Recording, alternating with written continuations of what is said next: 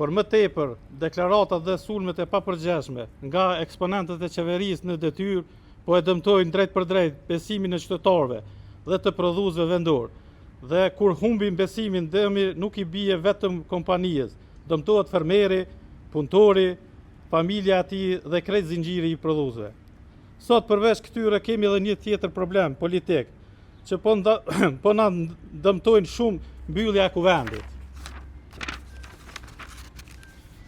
Kur kuvendi nuk funksionon dhe vendi mbohet nën blokadë, askush nuk mirret me seriozitet me hallet tona.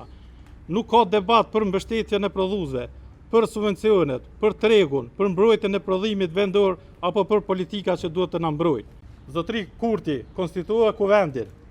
Lejoj deputet të hyjnë në sallë dhe të flasin për problemet reale që qytetarët dhe fermerët përballën, bizneset.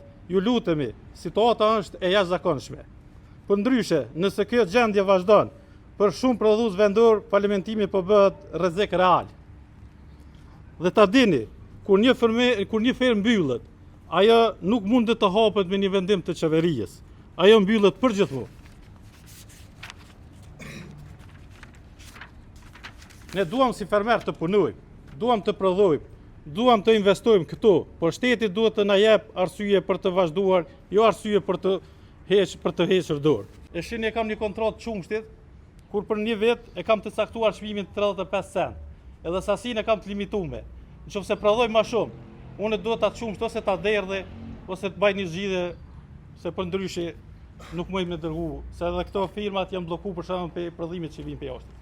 Tjetra kisha më shtu, edhe te çmimi i grunit. Na si fermer që 2-3 vite dëmtohemi shumë. Jemi me një çmim 17 cent grunit.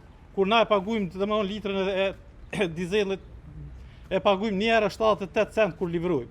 Na njëjtë po përballë me sigur ato me kerë luksuze si na bujqit me traktor.